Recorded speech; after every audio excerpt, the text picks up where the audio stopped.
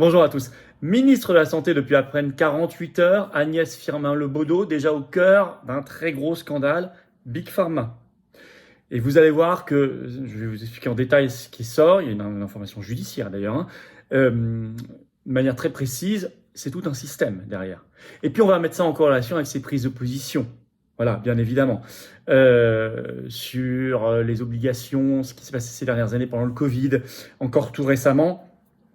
Et on va voir que, en réalité, ceux qu'on appelait les complotistes, entre guillemets, pour parler des conflits d'intérêts, pour les dénoncer, encore une fois, ont raison.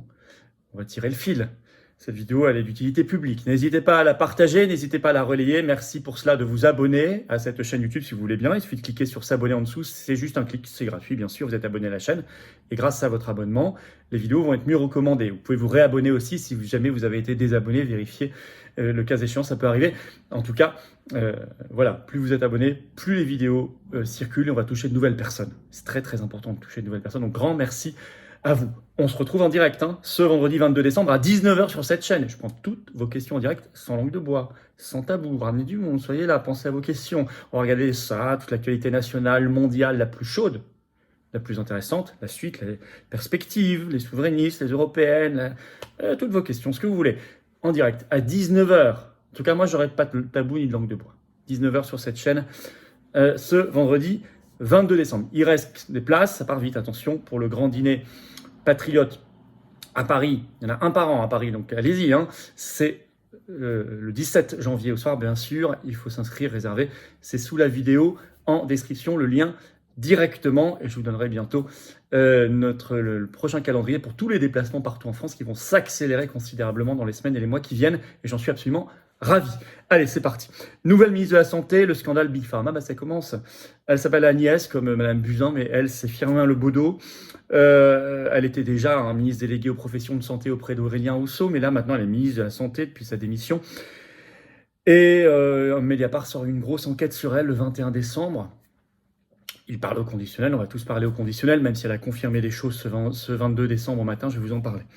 Alors, le scandale en soi. D'abord, je rappelle qu'elle a été nommée suite à la démission d'Aurélien Rousseau du poste de ministre de la Santé le 20 décembre. C'est Agnès Firmin-Lebaudot.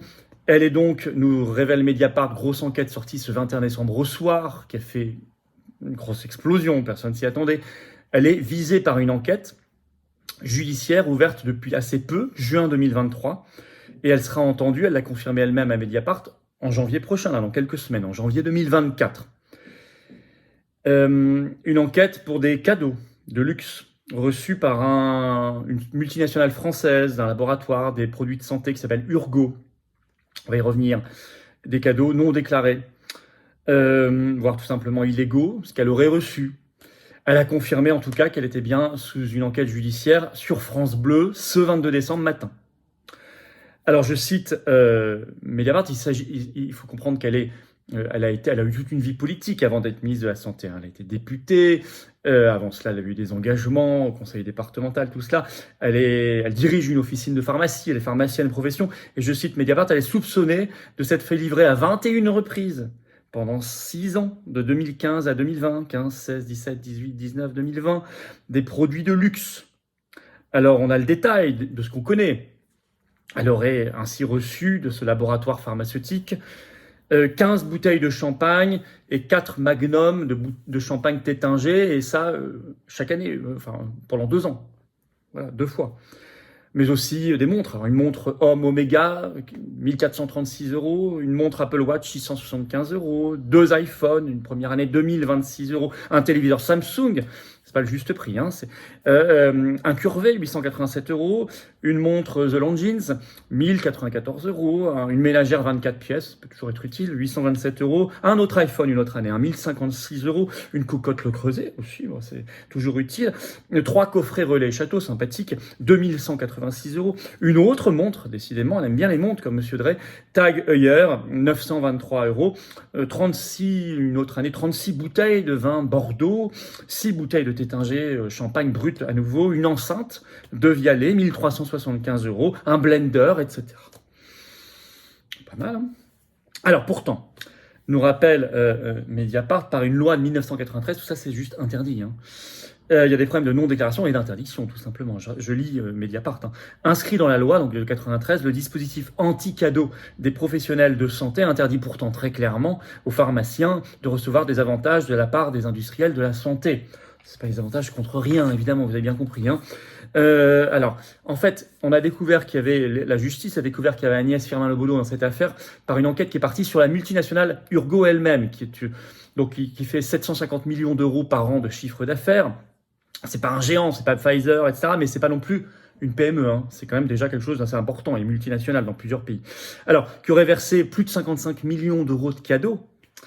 Et en fait, d'ailleurs, le groupe a reconnu, en janvier 2023, le groupe Urgo a plaidé coupable devant la justice. Il a été condamné à 1,13 million d'euros d'amende, plus des saisies pénales de 5,4 millions d'euros.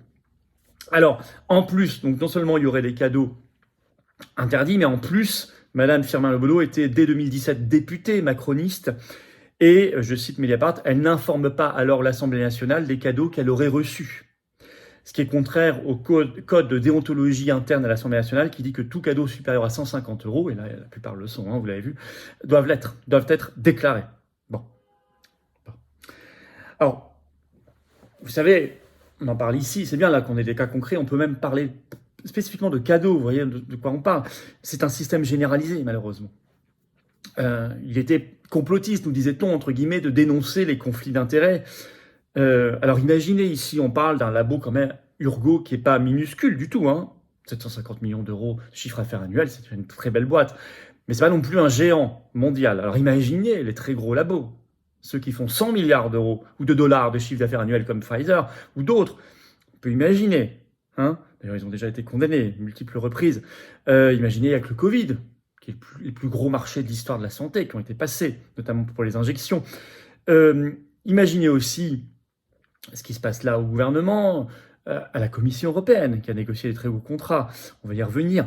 Mais vous savez, cette enquête-là, qui a été menée sur Madame Firmin-Le-Bodo, il faut la poursuivre sur elle, parce que peut-être que tout n'a pas été, si tout ça est vrai, peut-être que tout ça non plus n'a pas été encore découvert entièrement, mais il faudrait la mener passer au peigne fin tout le gouvernement, actuel et ancien, ministre, tout le Parlement, députés et sénateurs, tous les hauts fonctionnaires, décisionnaires, y compris dans les autorités sanitaires, administratives, toute l'Union européenne, députés européens, Cour de justice, Commission européenne bien évidemment, etc. Agence européenne du médicament, ça va de soi. Alors, on va regarder quand même les prises de position sur le fond depuis quelques années de Agnès Firmin-Le-Bodo sur ces sujets de santé. C'est intéressant de mettre en lien tout ça. Je cite par exemple ce qu'elle disait encore le 6 mai dernier 2023 sur France Info. Ça avait été repéré. Le titre « Obligation vaccinale anti-Covid, Agnès Firmin-Le-Bodo juge l'abrogation inacceptable ». Donc l'abrogation de l'obligation vaccinale chez les soignants, médecins, pompiers, militaires, gendarmes, personnel administratif concerné, etc., était jugée par elle inacceptable. Elle était alors ministre déléguée déjà aux professionnels de santé, c'était le 6 mai dernier. Comme députée déjà le 13 juillet 2022, lorsque, sous pression des résistants, on avait fait d'ailleurs une manif devant l'Assemblée nationale 2 jours avant, on a vu un gros impact là-dessus, bravo à vous. Finalement, souvenez-vous, la nouvelle loi Covid, le pass sanitaire aux frontières avait été rejeté par l'Assemblée nationale in extremis. Elle était furieuse. Elle avait déclaré alors « c'est voter contre la santé des Français ». Parce qu'elle défendait ce nouveau pass sanitaire. Sur France Info, déjà le 10 janvier 2022, au moment où le pass vaccinal est mis en place, elle critique nos manifs, les manifs pro-liberté, les manifs anti-pass vaccinal, notamment on avait fait l'Union Sacrée quelques jours avant, gigantesque. On avait invité tout le monde. Elle avait déclaré, France Info, 10 janvier 2022, je cite Agnès Firmin-Le-Bodo, clairement, nous sommes dans une période où notre démocratie est en danger, carrément. Et elle appelait donc même à une régulation des réseaux sociaux sur ce sujet-là. Regardez, je vais vous lire un extrait suite à une question du journaliste de France Info. Je cite la question. Faut-il mieux réguler le rôle des réseaux sociaux pour sauvegarder la démocratie dans le contexte du pass vaccinal Et Agnès Firmin-Le-Bodo, alors députée, répond « Je pense que c'est sans doute un nœud du problème. Pouvoir sous couvert d'anonymat, faire passer des messages complotistes ou des menaces, tout dire sans sanction sur les réseaux sociaux. Mieux réguler, c'est sans doute une des clés d'un retour à l'apaisement et je crois que c'est vraiment très important de revenir très vite à la raison. » Vous savez ce que ça veut dire dans la bouche d'un macroniste réguler les réseaux sociaux, hein. Ça veut dire les bannir, les interdire. Ça a donné ensuite la loi SREN et le règlement européen de censure DSA. Qu'aucun, je le rappelle, eurodéputé français, d'aucun parti de LFI ou RN n'a voté contre ce règlement européen DSA, je le rappelle. Mais voilà les prises de position. Tout récemment, le 13 décembre dernier, accompagnée de son ministre Aurélien Rousseau, elle a publié un communiqué de presse, Agnès Firmin-Le appelant, je cite, à la vaccination du plus grand nombre, parlant évidemment notamment du Covid. Ça dessine un contexte, un contour, un personnage. Évidemment, il faut qu'elle démissionne. Évidemment. Suite à cette enquête, c'est évident. Ce matin, sur France Info, le ministre délégué au compte public, Cazenave, était interviewé sur son cas. Il a dit il faut être dans l'exemplarité, mais on va attendre la justice. Écoutez, si elle a reconnu manifestement sur France Bleu ce 22 décembre matin les choses, elle doit présenter sa démission. Parce qu'il y a un conflit d'intérêts évident. On peut noter, c'est intéressant parce que ça, le rôle des résistants, des patriotes, des résistants sur cette affaire n'est pas anodine, que le rythme de remplacement des ministres de la Santé en France s'accélère. Monsieur Véran est resté presque 2 ans ministre de la Santé, du 6 juillet 2020 au 20 mai 2022. Puis, ça a été, on l'a oublié, Brigitte Bourguignon, quelques mois, du 20 mai 2022 au 4 juillet 2022. Puis François Braun, on l'a aussi oublié, qui a duré, lui, un peu plus longtemps, mais seulement 1 an, jusqu'au 20 juillet 2023. Puis Aurélien Rousseau, déjà parti, qui a duré 5 mois, jusqu'au 20 décembre 2023, pile 5 mois. Et maintenant, Agnès Firmin-Le qui risque, elle, de durer 48 heures, ou 72 heures. C'est intéressant, parce que derrière, évidemment, nous maintenons l'impression sur la vérité, la justice, sur les effets secondaires, notamment la question de la corruption et des conflits d'intérêts, notamment la question de la suppression des lits à l'hôpital, de la dégradation, de l'effondrement du système de santé. Vous avez encore des chiffres qui sont sortis là-dessus tout récemment. On en reparlera dans le direct à 19h ce vendredi 22 décembre notamment. Et donc, ces ministres, il y a toujours des prétextes pour partir. Je pense que la principale raison, c'est qu'ils sont très vite usés et qu'il faut qu'on impose une révolution là-dedans. Alors, il faut un très grand ménage à faire. Je l'ai dit, gouvernement, parlement, hautes autorités administratives et Union européenne. Et notamment ne pas lâcher Ursula von der Leyen sur ses SMS avec le PDG de Pfizer, M. Bourla. Et on la lâche pas, on a même porté plainte, j'ai porté plainte. Vous le savez en Belgique, au pénal là-dessus. Voilà ce que je pouvais vous dire. On va suivre ça dans les heures qui viennent. On se retrouve en direct ce vendredi 22 décembre à 19h sur cette chaîne. Soyez là, je prends toutes vos questions en direct sans tabou, toute l'actu. Ça va être extraordinaire. Un gros direct, en plus de Noël, le dernier avant Noël. Donc soyez particulièrement là. Et puis, partagez cette vidéo. Abonnez-vous à cette chaîne YouTube si vous voulez bien. Il suffit de cliquer sur s'abonner. C'est un clic, c'est gratuit. Vous êtes abonné ou réabonné. Et la vidéo circulera mieux, va toucher de nouvelles personnes. Donc, grand merci à vous. Je vous attends, patriotes. Voilà, je vous attends. J'ai besoin de vous. J'ai besoin de votre combativité, de votre énergie, de vos convictions, de votre cœur, de votre volonté de rassemblement et d'action concrète, d'agir.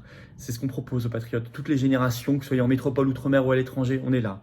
Dans le plus grand mouvement souverainiste et défense des libertés, de la vérité de France. Contre l'oligarchie. Alors là, on n'a pas les réseaux, on n'a pas les millions, on n'a pas les copains du système, on n'a pas les banques, les médias du système. Mais on fait comme on peut. Et on fait beaucoup. Et on agit, on ne va pas lâcher à l'affaire. Et en 2024, ça va être une très très grosse année. Alors venez, réadhérer, c'est le premier lien sous la vidéo en description. Ce lien est également en commentaire épinglé. Il fiche maintenant sur l'écran. Et dans quelques secondes, un lien sur l'écran. Choisissez. Faire un don de soutien au mouvement, c'est facile. Deuxième lien sous la vidéo en description, ça permet plus d'action. Tout ça, c'est défiscalisé aux 2 tiers de vos impôts. Adhésion, réadhésion, don. Aux 2 tiers. Et profitez-en, il reste moins de 10 jours pour défiscaliser au titre de 2023. Après, les compteurs fiscaux sont remis à zéro pour vous. Défiscalisation, ça veut dire que aux 2 tiers, vous mettez 100 euros, ça enlève 67 euros. Vous mettez 300 euros, ça enlève 200 euros. Vous mettez 3000 euros, ça enlève 2000 euros. Vous mettez 10 euros, ça enlève 6,70 €. Comme on peut, comme on veut. Et bravo en tout cas. Voilà, écoutez, bravo donateurs et adhérents, bienvenue aux nouveaux adhérents patriotes. Vive la France!